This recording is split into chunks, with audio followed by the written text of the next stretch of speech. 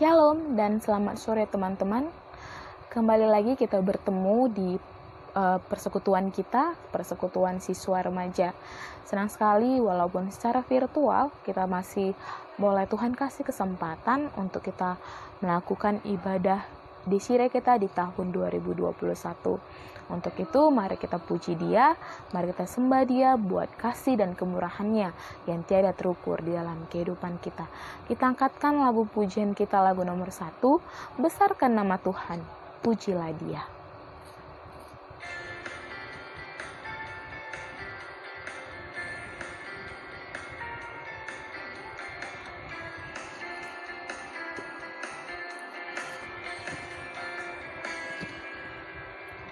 Besarkan nama Tuhan, pujilah Dia, kemurahan-Nya besar, tiada terkira.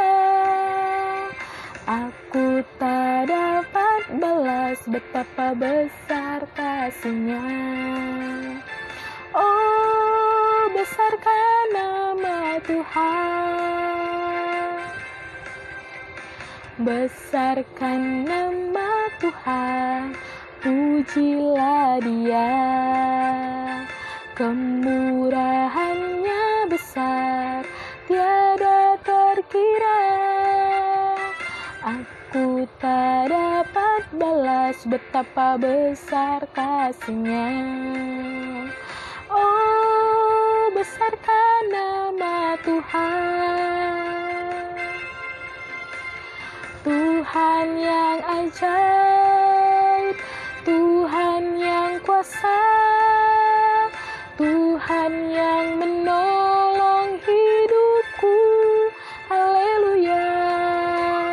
Tuhan yang ajaib, Tuhan yang kuasa, jiwaku ditebus oleh-Nya. Kita satukan hati kita, mari kita bersatu di dalam doa. Kami memuji-Mu, Allah kami yang baik, Allah kami yang kudus, Allah yang kami sembah, dalam nama Tuhan Yesus Kristus. Kami bersyukur buat kasih dan kemurahan Tuhan yang Tuhan terus berikan kepada kami di dalam setiap aspek kehidupan kami ya Bapa, di sepanjang kehidupan kami. Bahkan juga kami boleh sampai di tahun ini, itu semua karena kebesaran-Mu ya Allah dalam kehidupan kami ya Bapa. Dan pada hari ini pun kami masih Tuhan berikan kesempatan untuk kami boleh beribadah lagi, persekutuan siswa remaja ya Bapa. Kami bersyukur ya Tuhan Yesus, walaupun masih di dalam keadaan virtual ataupun online ya Bapa. Kami mau serahkan ibadah ini ke dalam tangan-Mu, biar Tuhan yang memberkati kami semua, teman-teman dan adik-adik semua yang ada di rumah, ataupun dimanapun mereka berada yang sedang mengikuti ibadah ini ya Bapa, biar Tuhan yang memberkati mereka. Kami berdoa buat segala kuasa si jahat yang ingin mengacau balaukan, bahkan menghancurkan ibadah ini ya Bapa. Kami berdoa dalam nama Tuhan Yesus Kristus, Tuhan boleh menghancurkannya ya Bapa. Terima kasih ya Bapa. Akhirnya dipermuliakan Engkau ya Tuhan Yesus. Dalam nama Tuhan Yesus Kristus kami berdoa dan mengucap syukur. Amin. Terus angkatkan pujian kita bernyanyi lagu nomor 2, bukan kuat, bukan gagah, tapi rohku, kata Tuhan.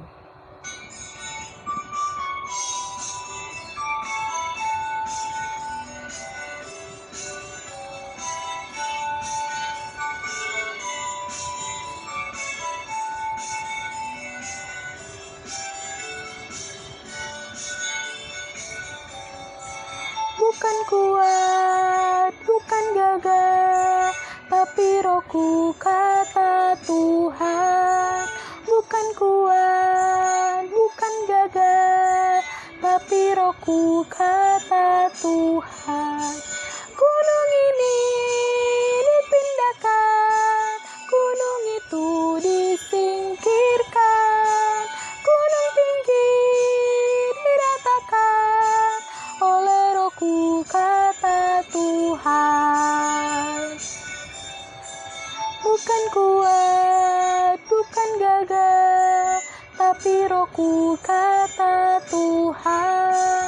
Bukan kuat, bukan gagah, tapi Rohku, kata Tuhan. Gunung ini dipindahkan, gunung itu disingkirkan, gunung tinggi diratakan oleh Rohku, kata Tuhan. Setiap kita pasti pernah dihadapi dengan rasa kekecewaan, kegelisahan, bahkan kekhawatiran dalam kehidupan kita. Tapi bisakah kita melewatinya itu semua tanpa ada Tuhan di samping kita? Sejatinya adalah pertolongan Tuhanlah yang memampukan kita untuk melewati itu semua, jauh dari akal pikiran kita. Kita akan mendengarkan firman Tuhan. Sebelumnya mari kita angkatkan lagu pujian kita. Bukan dengan kekuatanku, ku dapat jalani hidupku.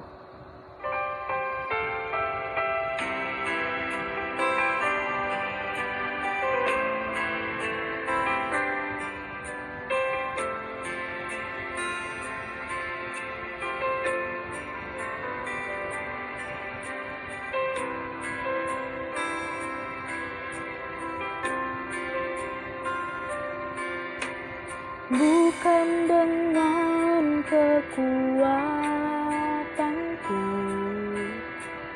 ku dapat jalani hidupku.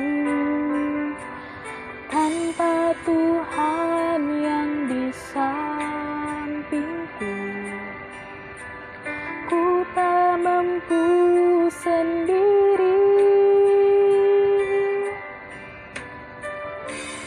Engkaulah kuatku yang menopangku. Ku pandang wajah-Mu dan berseru, pertolonganku datang dari-Mu. Peganglah tanganku, jangan lepaskan, Kaulah harapan dalam hidupku. Kita akan bermazmur bagi Tuhan. Kita akan bermazmur dari Mazmur 28 ayat 6 sampai 9. Mazmur 28 ayat 6 sampai 9. Terpujilah Tuhan karena Ia telah mendengar suara permohonanku. Tuhan adalah kekuatanku dan perisaiku. Kepadanya hatiku percaya. Aku tertolong, sebab itu beria-ria hatiku, dan dengan nyanyianku aku bersyukur kepadanya. Tuhan adalah kekuatan umat-Nya dan benteng keselamatan bagi orang yang diurapinya. Selamatkanlah kiranya umat-Mu, dan berkatilah milik-Mu sendiri. Gembalakanlah mereka, dan dukunglah mereka untuk selama-lamanya. Tuhan adalah kekuatanku dan perisaiku. Kepadanya hatiku percaya. Aku tertolong, sebab itu beria-ria hatiku, dan dengan nyanyianku aku bersyukur kepadanya. Lagu ini sekali lagi. Bukan dengan kekuatanku, ku dapat jalani hidupku.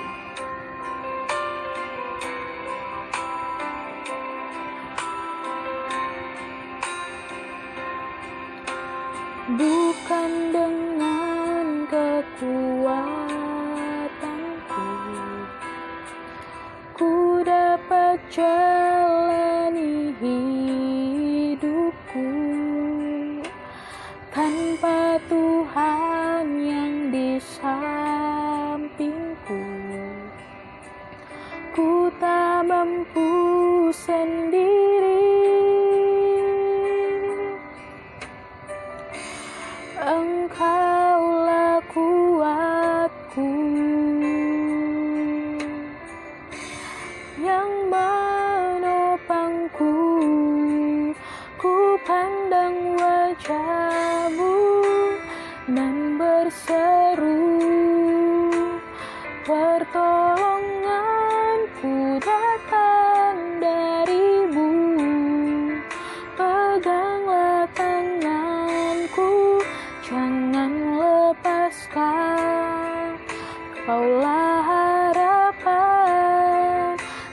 dalam hidupku.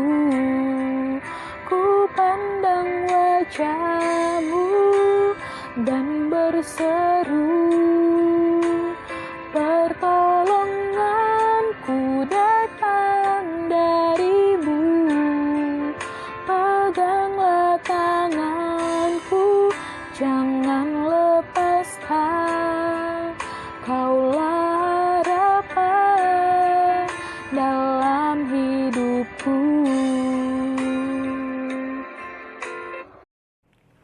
Shalom, selamat hari Minggu adik-adik saya kasih dalam Kristus. Sebelum kita mendengarkan firman Tuhan, marilah kita terlebih dahulu berdoa. Kita berdoa. Allah Bapa yang bertahta di sorga, Allah yang kami sembah dalam Yesus Kristus Tuhan dan Juru Selamat kami. Kami bersyukur untuk kasih dan kemurahan Tuhan dalam kehidupan kami hingga kami ada sampai hari ini. Kami telah menaikkan pujian kami sebagai ucapan syukur, dan tibalah waktunya bagi kami untuk mendengarkan pemberitaan firman yang akan disampaikan oleh hamba-Mu. Biarlah Engkau yang akan menolong baik hamba-Mu yang menyampaikan dan seluruh anak-anak-Mu yang mendengarkannya. Di dalam nama Tuhan Yesus Kristus. Amin. Pada hari ini kita akan mendengarkan firman Tuhan dengan satu tema, bukan kuat, bukan gagah. Tertulis dari kitab Sakaria pasal 4 ayat yang ke-6. Sakaria pasal 4 ayat yang ke-6, demikian firman Tuhan. Maka berbicaralah ia, katanya, inilah firman Tuhan kepada Zerubabel, bunyinya, bukan dengan keperkasaan dan bukan dengan kekuatan, melainkan dengan rohku, firman Tuhan semesta alam. Bukan dengan keperkasaan, bukan dengan kekuatan, melainkan dengan rohku, firman Tuhan semesta alam. Mungkin saudara-saudara sudah tidak asing lagi dengan ayat ini, sudah sering mendengar ayat ini, bahkan dalam berbagai nyanyian itu sudah disampaikan. Tetapi kita perlu juga mengingat kembali apa yang melatar belakangi pernyataan ini kepada seorang yang bernama Zerubabel. Pada saat itu Zerubabel sedang melaksanakan pembangunan Bait Allah yang ada di Yerusalem ketika mereka kembali dari pembuangan. Tetapi dia mendapat tantangan yang sangat berat, bukan saja dari orang Israel dari dalam, tetapi juga dari kerajaan Babel.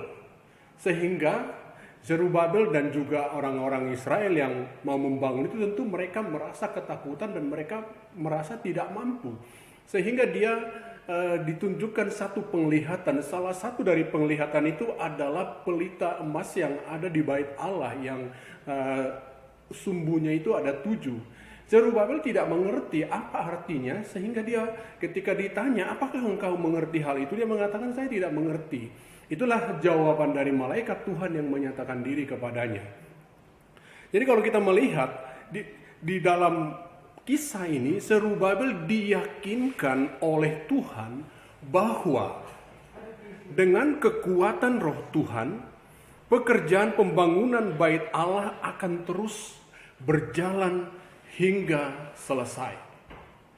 Jadi dengan kekuatan roh Allah, bukan dengan kekuatan mereka, karena jumlah mereka sangat sedikit dibandingkan dengan jumlah musuh mereka. Tetapi dengan hadirnya roh Allah, maka itu pasti selesai. Jadi saudara-saudara, di sini kita mau melihat apa pesannya bagi kita. Saudara-saudara yang sebagai remaja mungkin masih semuanya gampang. Tetapi firman Tuhan ini berlaku untuk semua, sebab kita akan menghadapi tantangan. Pesannya di sini adalah ketika menghadapi persoalan hidup, ketika menghadapi tantangan hidup, janganlah kita mengandalkan kekuatan kita sebagai manusia, tetapi mengandalkan kekuatan roh Allah yang ada di dalam kehidupan kita. Ini perlu disadari oleh setiap orang percaya. Dalam kesempatan ini saya mau menyampaikan kepada saudara-saudara, bukan kuat, bukan gagah. Ada 3 hal yang mau saya sampaikan. Yang pertama, kalau kita mau setuju dengan atau menerapkan dengan apa yang dikatakan dalam firman Tuhan ini, bukan kuat dengan gaya. Yang pertama adalah kenalilah siapa dirimu. Lalu yang kedua, sadari bahwa Roh Allah berdiam dalam hidupmu. Lalu yang ketiga, jangan mengandalkan kekuatanmu sebagai manusia atau kekuatan manusia siapapun dia, sehebat apapun dia. Saya mengajak saudara untuk melihat hal ini satu persatu. Supaya kita bisa mengatakan kalau aku ada sampai hari ini bukan karena kuatku, bukan karena gagahku, tetapi oleh karena Roh Allah. Maka yang pertama saya katakan tadi, kenalilah siapa dirimu. Kita ini adalah orang-orang yang percaya kepada Tuhan, yang sudah menerima Yesus sebagai Tuhan dan Juru Selamat kita. Maka kita perlu tahu apa kata Alkitab tentang kita. Kamu adalah anak-anak Allah. Ini menjadi satu hal yang sangat penting karena firman ini disampaikan kepada umat Allah. Kamu adalah anak-anak Allah. Di dalam Roma pasal 8 ayat 14 sampai 16 berkata demikian. Semua orang yang dipimpin Roh Allah adalah anak Allah. Sebab kamu tidak menerima roh perbudakan yang membuat kamu menjadi takut lagi, tetapi kamu telah menerima roh yang menjadikan kamu anak Allah. Oleh roh itu kita berseru, ya Aba, ya Bapa. Roh itu bersaksi bersama-sama dengan roh kita bahwa kita adalah anak-anak Allah. Jadi dikatakan di sini, siapa anak Allah itu? Yaitu mereka yang dipimpin oleh Roh Allah. Bagaimana mereka tahu bahwa mereka dipimpin oleh Roh Allah? Rasul Paulus memastikan kepada jemaat di Roma di sini dikatakan, sebab kamu tidak menerima roh perbudakan. Jadi ada roh-roh yang lain yang roh membuat orang takut. Dikatakan di sini kamu tidak menerima roh perbudakan yang membuat kamu menjadi takut lagi, tetapi kamu telah menerima roh yang menjadikan kamu anak Allah. Jadi roh itu menjadikan kita menjadi anak-anak Allah. Bahkan dikatakan lagi dengan tegas ayat yang ke-16, roh itu bersaksi bersama-sama dengan roh kita bahwa kita adalah anak-anak Allah. Jadi kalau engkau sadar bahwa engkau adalah anak-anak Allah, ketahuilah engkau diingatkan pada hari ini, engkau diberitahu pada hari ini bahwa di dalam hidupmu ada Roh Allah. Karena engkau dilahirkan menjadi anak-anak Allah itu melalui Roh Allah. Maka dikatakan di sini di ayat 14, kita harus selalu memberikan diri kita dipimpin oleh Roh Allah. Jadi di sini ditegaskan bahwa Roh Allah atau Roh Kudus membuat kita mengalami kelahiran kembali sehingga kita disebut sebagai anak-anak Allah. Kita menjadi anak-anak Allah. Jadi sebagai bukti bahwa kita ada anak-anak Allah, kita dipimpin oleh Roh Allah, kita didiami oleh Roh Allah, dan dari pihak kita harus mengandalkan Roh Allah. Setiap anak Tuhan perlu menyadari hal ini supaya kamu tidak merasa ciut ketika engkau menghadapi persoalan, ketika engkau menghadapi tantangan yang besar. Katakan kepada dirimu, katakan kepada orang yang mungkin menganggapmu remeh, aku adalah anak-anak Allah. Aku bisa berbuat sesuatu yang besar. Karena apa? Karena Roh Allah ada di dalam hidupku. Tapi supaya itu bisa terjadi tentu yang dikatakan Rasul Paulus tadi, siapa yang dipimpin oleh Roh Allah adalah anak-anak Allah. Jadi ingat yang pertama, untuk mengandalkan kekuatan Roh Allah, bukan kuat, bukan gagah, mengetahui siapa dirimu, yaitu dirimu adalah anak-anak Allah, berhak menerima janji-janji Allah. Kalau kita sudah menyadari bahwa kita adalah anak-anak Allah, maka yang kedua, kita juga perlu selalu ingat ada kekuatan di dalam diri kita, yaitu Roh Allah berdiam atau tinggal di dalam hidupmu.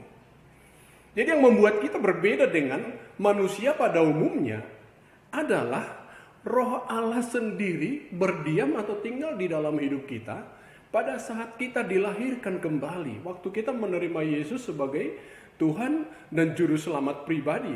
Memang secara struktur manusia itu sama, memiliki roh, jiwa, dan tubuh. Tapi yang membuat kita berbeda Dan berbeda dalam menghadapi persoalan adalah kita memiliki roh Allah. Karena roh Allah tinggal di dalam kita. Dan di situ kita ditegaskan bahwa kamu adalah bait Allah. Jadi roh Allah berdiam di dalam kamu. Dan kamu harus tahu bahwa kamu adalah rumah Allah atau bait Allah. Hal itu tertulis dalam 1 Korintus 3 ayat 16 dan ayat yang ke-17. Coba perhatikan 1 Korintus 3 ayat 16 sampai 17. Tidak tahukah kamu bahwa kamu adalah bait Allah dan bahwa roh Allah diam di dalam kamu? Jadi pertanyaan ini sebenarnya bukan meragukan, tapi ini mengingatkan. Sehingga dikatakan, tidak tahukah kamu bahwa kamu adalah bait Allah dan bahwa roh Allah diam di dalam kamu? Jadi kita perlu tahu itu. Dan dilanjutkan di ayat yang ke-17, jika ada orang yang membinasakan bait Allah, maka Allah akan membinasakan dia. Sebab bait Allah adalah kudus dan bait Allah itu ialah kamu. Jadi kita disebut sebagai orang-orang kudus. Karena apa? Kita dijadikan bait Allah. Roh Allah ada tinggal di dalam hidup kita. Saya bangga dengan ini, kamu juga harus bangga dengan ini. Karena dikatakan di sini, apakah kamu tidak tahu bahwa kamu adalah bait Allah? Ya secara logika, apa iya kok bisa saya sebagai bait Allah? Tapi itulah kenyataannya. Karena apa? Di awal saya katakan tadi, kita dilahirkan oleh Roh Kudus. Dan akhirnya kita didiami oleh Roh Kudus, kita dipimpin oleh Roh Kudus atau Roh Allah. Dan ketika kita dikatakan didiami, berarti Roh Allah itu tinggal di dalam kita dan kita adalah bait Allah. Dan di sini menunjukkan, menegaskan kepada kita bahwa Roh Allah yang mendiami kita, Dia juga yang akan memimpin dan memperlengkapi kita dalam menjalani atau menghadapi kehidupan kita di dunia ini. Apa yang membuat orang kuat? Tentu semangat. Tapi kalau semangat itu hanya dari luar diri kita, dari orang di sekitar kita, itu ada batasnya. Tapi roh Allah yang ada di dalam kehidupan kita, di dalam diri kita, itu memberikan kekuatan yang luar biasa yang melampaui kekuatan kita sebagai manusia. Nanti saya akan tunjukkan kepada saudara orang-orang yang dipimpin oleh roh Allah. Orang-orang yang mengandalkan roh Allah. Apa perbedaannya dengan orang-orang yang biasa? Tentu banyak hal. Jadi ingat, dari 3 yang mau saya sampaikan, yang pertama tadi, kita harus tahu, kamu harus tahu siapa dirimu. Dirimu adalah anak-anak Allah karena engkau sudah dilahirkan sebagai anak-anak Allah waktu engkau percaya dan menerima Yesus sebagai Tuhan dan Juru Selamat pribadi. Dengan engkau dilahirkan sebagai anak-anak Allah, maka roh Allah diam di dalam kamu, sehingga kamu juga disebut sebagai bait Allah, sebagai rumah Allah.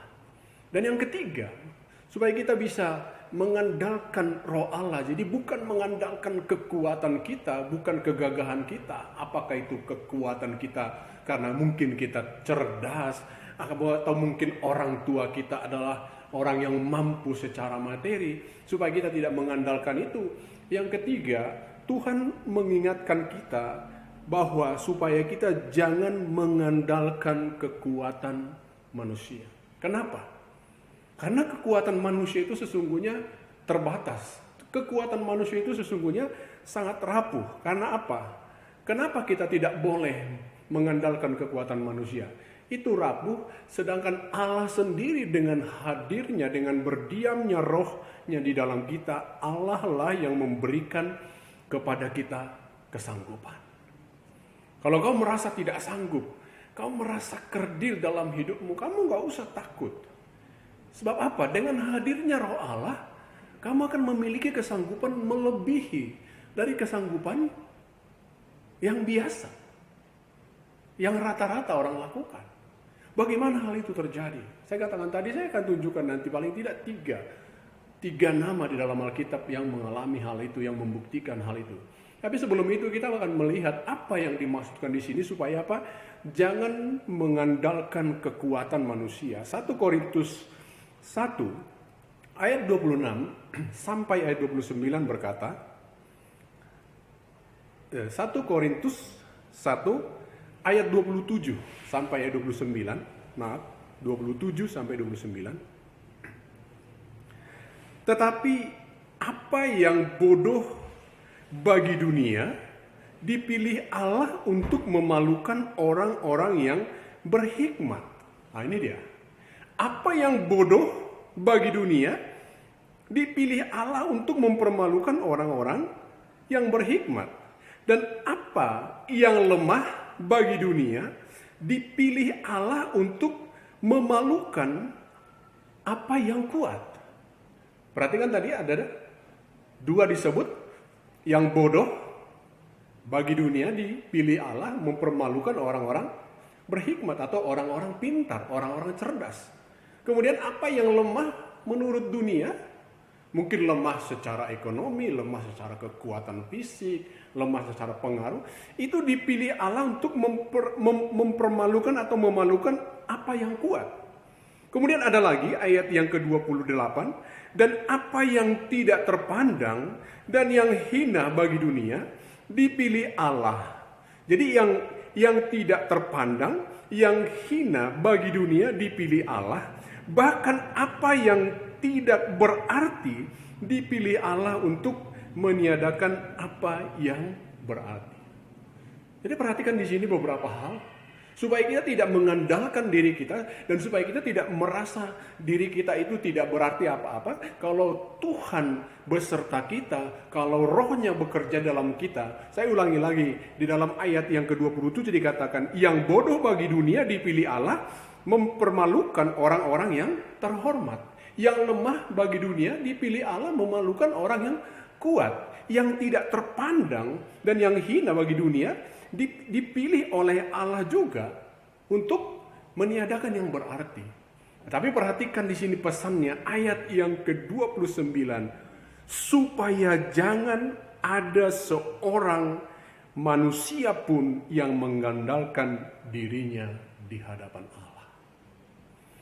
Itulah yang mau diingatkan oleh malaikat Tuhan kepada Zerubabel yang sedang membangun bait Allah. Dia menghadapi tantangan yang jauh lebih besar daripada kekuatannya. Sehingga dia diyakinkan, dia dikuatkan, dia dipastikan mengatakan, bukan dengan kekuatan, bukan dengan kegagahan, tetapi oleh Rohku. Demikian firman Tuhan. Jadi kalau engkau mengandalkan apa yang ada padamu, apa itu? Apakah kekuatan fisikmu, mungkin karena engkau muda, engkau gagah, mungkin kekuatan ekonomi, ya mungkin kekuatan orang tua, mungkin ada yang memiliki jabatan-jabatan yang berpengaruh, itu tidak mampu untuk membuatmu menyelesaikan semua. Sehingga dikatakan di sini, saya ulangi sekali lagi ayat yang ke-29. Supaya jangan ada seorang manusia pun yang mengandalkan diri di hadapan Allah. Jadi kita bersyukur kalau engkau punya kelebihan, syukuri itu semua. Kamu pintar, syukur itu semua. Kamu gagah, syukur itu semua. Tapi jangan andalkan itu. Andalkanlah kuasa Tuhan. Jadi di sini kita disadarkan bahwa dengan kita menjadi anak Allah, dengan Roh Allah tinggal dalam hidup kita, kita dijadikan bait Allah, kita telah diberikan Allah kemampuan yang melebihi kekuatan manusia biasa. Untuk apa? Untuk menghadapi masalah dan untuk mengalahkan musuh-musuh kita, termasuk mengalahkan iblis. Iblis hanya bisa dikalahkan dengan kekuatan Roh Allah. Nah, ini 3 hal ini perlu kita sadari supaya kita bisa mengandalkan sesuatu yang jauh lebih besar, lebih kuat dari diri kita. Karena kita sebagai orang percaya, sadari siapa dirimu. Engkau adalah anak-anak Allah. Sebagai anak-anak Allah, Roh Allah tinggal di dalam hidupmu. Dan engkau adalah rumah Allah atau bait Allah. Kan karena itu, kalau engkau sudah menyadari hal itu, kalau engkau merasa lemah, jangan kamu merasa kecil. Kalau kau hebat, jangan kamu merasa hebat juga. Karena apa? Supaya jangan ada orang yang mengandalkan dirinya, kekuatannya sebagai manusia. Saya katakan tadi, saya memberikan ada contoh-contoh orang yang mengandalkan roh Allah, yang dikuasai oleh roh Allah. Ada 3 orang yang saya jadikan contoh di sini, orang-orang yang diperlengkapi oleh roh Allah dan mereka melakukan hal-hal yang luar biasa. Yang pertama orang itu adalah Yusuf, anak Yakub. Kemudian yang kedua adalah Daniel. Dan yang ketiga, Simson. Kita lihat yang pertama, Yusuf, anak Yakub. Siapa yang tidak tahu kisah tentang Yusuf? Seorang remaja 17 tahun dijual jadi budak. Tetapi umur 30 tahun atau 13 tahun kemudian bisa dia menjadi penguasa di Mesir yang bukan di negerinya sendiri. Firaun ketika mendengarkan bagaimana Yusuf bisa menafsirkan mimpi, dan Yusuf tidak pernah mengatakan aku mampu menafsirkan mimpi, tapi ada Allah. Kemudian ketika Firaun memberikan kepercayaan kepada Yusuf untuk mengelola semua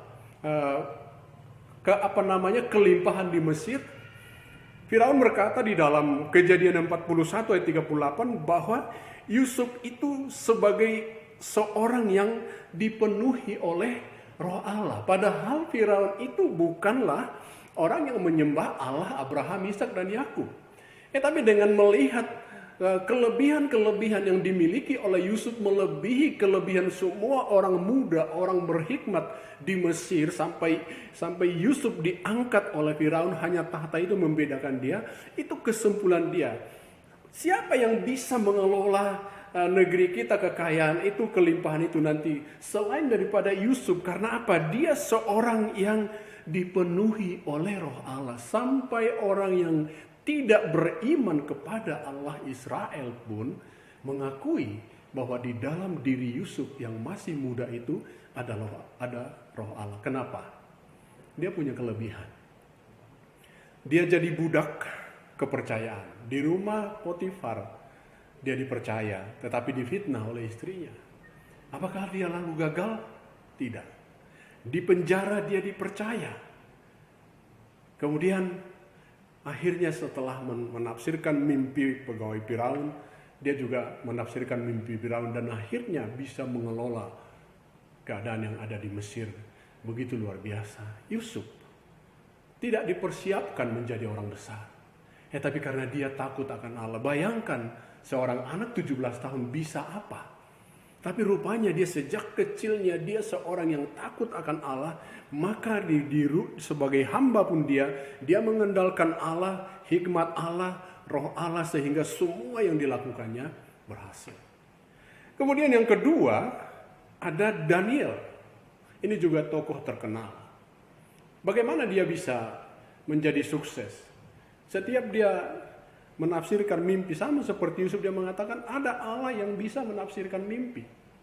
Sampai suatu ketika seorang raja Babel, Raja Nebukadnezar, menyebutnya sebagai orang yang dipenuhi oleh roh para dewa yang kudus. Itu adalah bahasa mereka, karena mereka adalah bangsa yang menyembah dewa-dewa. Jadi mereka hanya berpikir bahwa roh yang ada di dalam Daniel itu adalah roh dewa yang kudus, yang lebih tinggi dari dewa-dewa yang ada saat itu. Dan itu adalah Yahweh, adalah Allahnya Israel. Kenapa? Mereka mengatakan, atau Nebukadnezar mengatakan bahwa Daniel itu dipenuhi oleh roh para dewa yang kudus, karena tidak ada yang bisa mengungguli hikmat Daniel. Pekerjaannya semuanya bagus. Bahkan bagaimana Allah melindungi dia. Sampai singa pun bisa terbungkam oleh karena roh Allah. Dan yang contoh yang ketiga, yang terakhir adalah Simson. Ya. Simson ini adalah seorang nazir, artinya seorang anak yang dinazarkan oleh ibunya, diserahkan kepada Allah. Sehingga sejak kecil dia sudah dipersiapkan. Nah, dalam perjalanannya dia menghadapi musuh orang Filistin, dia menghadapi banyak masalah. Tapi Alkitab mencatat dalam Hakim-Hakim 14 ayat 6 dan 19, ketika Roh Allah berkuasa atas Simson, dia bisa membunuh sekaligus 300 orang. Ketika Roh Allah berkuasa atas Simson, bahkan mulut singa pun bisa dirobeknya. Ketika Roh Allah berkuasa atas Simson, gerbang kota pun bisa diangkatnya. Jadi kita melihat di sini dari ketiga contoh ini, apa yang membuat Yusuf begitu unggul dari semua orang berhikmat di Mesir adalah dia dikuasai, diperlengkapi oleh Roh Allah, dan dia mengandalkan Roh Allah. Dia dipimpin oleh Roh Allah. Demikian juga dengan Daniel. Daniel seorang yang saleh, dia tidak pernah meninggalkan ibadah bahkan ketika ancaman pun terjadi. Dia lebih berhikmat dari semua orang berhikmat yang ada di Babel. Sehingga sampai dia dikatakan memiliki roh dewa yang kudus. Demikian juga dengan Simson. Jadi adik-adik yang saya kasih dalam Kristus, di sini sudah jelas bahwa kita sebagai orang percaya, Tuhan mau supaya kita tidak mengandalkan kekuatan apapun yang kita miliki sebagai manusia. Apakah itu kekuatan materi, apakah itu kekuatan fisik, apa itu kekuatan jabatan orang tua kita, orang yang kita kenal. Karena kalau itu kita gunakan, roh-roh yang ada di dunia ini lebih kuat daripada mereka. Tetapi yang harus kita andalkan adalah Roh Allah. Seperti yang dikatakan oleh malaikat kepada Zerubabel, kamu jangan takut. Jangan takut, dia mengatakan, bukan dengan kekuatan dan bukan dengan keperkasaan. Artinya bukan dengan kuat dan gagah manusia engkau bisa menyelesaikan tugas itu. Tetapi dengan rohku. Demikian firman Tuhan. Jadi kita bisa simpulkan di sini, adik-adik saya kasih dalam Kristus, bahwa sebagai orang-orang percaya, selalulah kau menyadari bahwa engkau adalah milik Tuhan. Engkau anak Tuhan, engkau adalah bait Allah. Dan berilah dirimu dipimpin oleh Roh Allah. Dalam Galatia pasal 5 ayat 16 dan 17, Rasul Paulus berkata kepada jemaat Galatia, maksudku ialah, hiduplah oleh roh, maka kamu tidak akan menuruti keinginan daging. Sebab keinginan daging berlawanan dengan keinginan roh, dan keinginan roh berlawanan dengan keinginan daging, karena keduanya bertentangan, sehingga kamu setiap kali tidak melakukan apa yang kamu kehendaki. Jadi terakhir di sini supaya kita bisa menikmati semuanya itu, supaya kita bisa berhasil. Tidak mungkin kita bisa mengandalkan Roh Allah kalau kita sendiri tidak memberikan diri kita dipimpin oleh Roh Allah. Kita tidak bisa mengalahkan kedagingan kita, hawa nafsu kita, keinginan daging kita, kalau kita tidak membiarkan Roh Allah bekerja dalam hidup kita.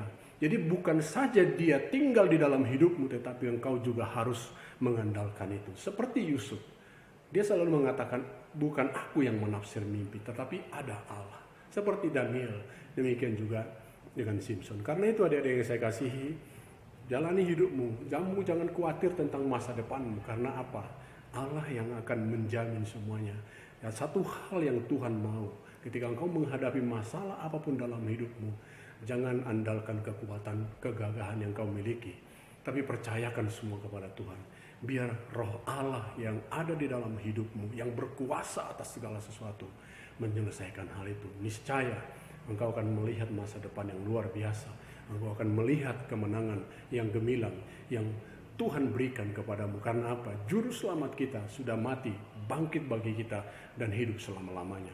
Dialah yang menjamin hidup kita. Karena itu maju, berjalan terus, lihat masa depan secara optimis, dan percaya kepada Tuhan. Bukan percaya diri, tapi percaya kepada Tuhan itu melebihi percaya diri. Tuhan memberkati kita semua. Kita berdoa.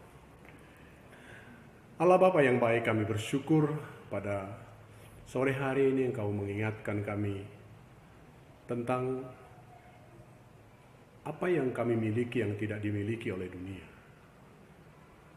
Sebagai manusia kami memiliki kekhawatiran tentang tantangan-tantangan yang ada di depan kami. Sebagaimana kisah tentang Zerubabel yang sedang membangun bait Allah di Yerusalem, dia menghadapi musuh yang lebih besar, lebih kuat dari dia. Engkau mengingatkan dan memastikan kepada kami, kalau kami mau berhasil bukan dengan kuat dan gagah kami, tetapi jikalau kami sadar siapa diri kami sebagai anak-anak Allah, bahwa di dalam diri kami ada roh Allah, dan kami tidak boleh mengandalkan apapun selain mengandalkan Engkau. Ampuni kami Tuhan, jikalau kami dengan keberadaan kami merasa diri kami mampu, tetapi sesungguhnya kami tidak mampu. Di dalam keputusan-keputusan kami akan terus mengandalkan Tuhan. Terima kasih untuk kebenaran firman-Mu bagi kami. Biarlah kami berjalan sesuai dengan kehendak-Mu, berkenan kepadamu, dan hidup kami mempermuliakan nama Tuhan. Saat ini Tuhan, kami serahkan setiap anak-anak-Mu, dimanapun mereka berada, apapun yang menjadi keberadaan mereka, Tuhanlah yang akan memberkati mereka, yang menghibur mereka, yang menguatkan mereka kalau ada yang sakit, Tuhanlah yang menyembuhkan. Persembahan yang kami berikan, biarlah Tuhan memberkatinya untuk digunakan dalam pelayanan pekerjaan Tuhan di PDPA dan secara khusus di siswa remaja. Berkati setiap anak-anak-Mu yang memberi dengan sukacita karena mengasihi Yesus. Terima kasih Bapa Surgawi untuk hari ini. Dan saat ini Tuhan, kami serahkanlah kehidupan kami sepenuhnya ke dalam tangan-Mu. Dengarkanlah doa kami, seperti doa yang diajarkan oleh Tuhan Yesus kepada murid-muridnya.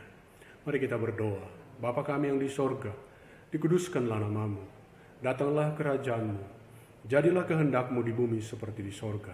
Berikanlah kami pada hari ini makanan kami yang secukupnya, dan ampunilah kami akan kesalahan kami, seperti kami juga mengampuni orang yang bersalah kepada kami. Dan janganlah membawa kami ke dalam pencobaan, tapi lepaskanlah kami daripada yang jahat, karena Engkau yang punya kerajaan dan kuasa dan kekuatan sampai selama-lamanya. Amin. Terimalah berkat dari Allah, karunia dari Tuhan Yesus Kristus, kasih setia dari Allah Bapa di dalam persekutuan Roh Kudus akan menyertai dan memberkati engkau mulai hari ini sampai Tuhan Yesus datang pada kali yang kedua. Kita bernyanyi, Bapa terima kasih.